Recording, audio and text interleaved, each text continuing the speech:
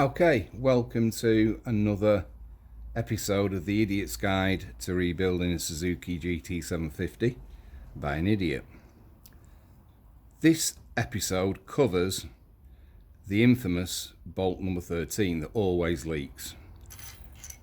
There are various ways you can do it. I used to put a copper washer under here and then put tons and tons of 3-bond around it.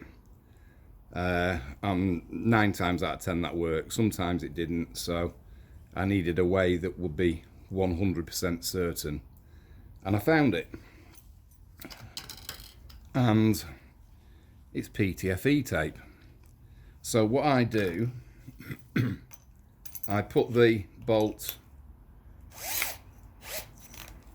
in a drill, and then I'll just do this here and I'll show you in a second.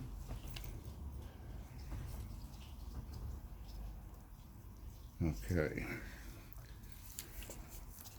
So I hold it down at an angle so the washers go down, and then in electric drill, wrong way, I simply wind it on. But you want to put quite a bit of this on because the hole is quite big. This is an M8 bolt, so the hole's got plenty of clearance, so it's about maybe 10 millimeters. So what I do is I build it up, like you can see, and I'll put a chamfer on it so it feeds itself into the hole.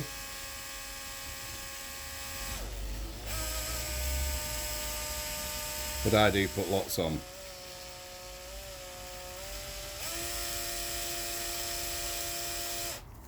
Okay, so as you can see, that now when it goes into the hole will create a seal here. So the other important thing is that when you're winding it on,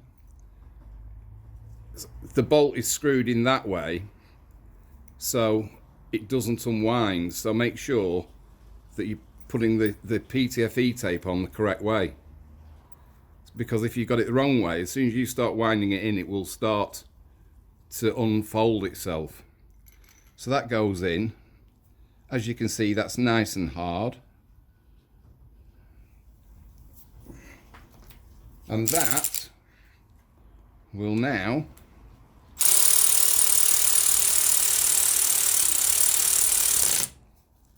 tighten it up. That will now seal so you don't have any more problems. But you want, obviously, the width of the PTFE on the shaft of the bolt wants to be wider than the hole it's going into, so that as you're putting the bolt down, it seals it completely, but that bolt will not leak now. There you go, enjoy.